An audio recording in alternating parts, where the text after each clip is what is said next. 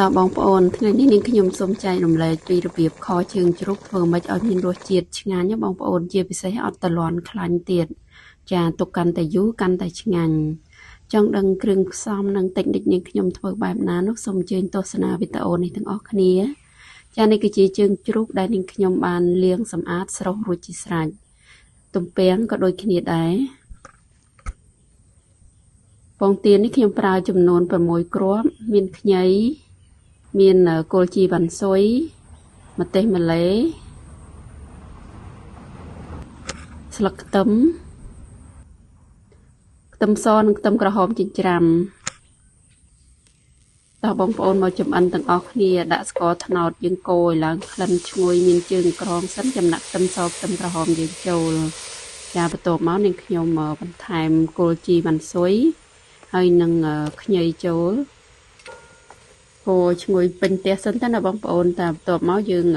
ថែមគ្រឿងផ្សំរសជាតិមានដូចជាម្សៅស៊ុបមាន់2ស្លាបព្រាបាយម្រេច1ស្លាបព្រាអំបិល1ចុងស្លាបព្រាទឹក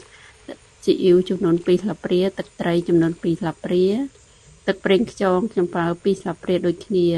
ចំណែកទឹកស៊ីអ៊ីវខាប់ខ្ញុំប្រើ1ស្លាបព្រាចាកូរគ្រឿងទាំងអស់នេះចូលគ្នាឲ្យសព្វហើយយើងដាក់ជើងជ្រូកយើងចូលបងប្អូនចាកូរជើងជ្រូកនេះឲ្យលាក់ចូលគ្នាឲ្យសព្វទៅបន្ទាប់មកខ្ញុំលំងាស់រយៈពេលប្រហែលជា15នាទីបន្ទាប់ពី15នាទីរំលងបាត់ទៅឥឡូវនេះនេះខ្ញុំចាប់ដើមដាក់ទំពាំងយើងចូលបងប្អូន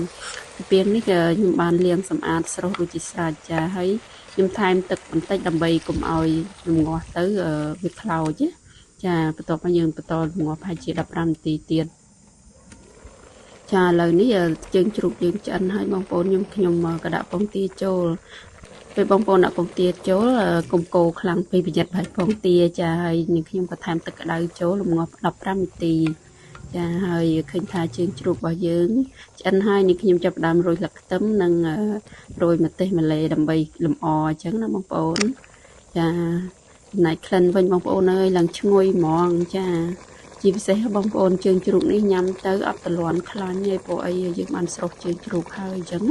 ហើយនេះខ្ញុំក៏អត់ប្រើខ្លាញ់ដើម្បីរំលីងគ្រឿងដែរហើយញ៉ាំទៅវាអត់ទៅតលាន់ចាមើលបងប្អូនតំណងគួរចង់ញ៉ាំអត់ចាញ៉ាំជាមួយបាយក្តៅមានជារសឆ្ងាញ់មែនទែនឬក៏យើងអាចញ៉ាំជាមួយបបរសក៏បានដែរបងប្អូនពេលញ៉ាំទៅបងប្អូនអើយប៉ះជើងជ្រូកទៅជ្រុបឆ្ងាញ់ណាចាខ្ញុំចូលចិត្តទំពាំងអញ្ចឹងទៅខ្ញុំលាយទំពាំងមានពងទាអញ្ចឹងឆ្ងាញ់មែនទែនអរគុណច្រើនបងប្អូនដែលបានទស្សនាវីដេអូរបស់ខ្ញុំតាំងពីដើមរហូតដល់ចប់អរគុណច្រើនបាយបាយ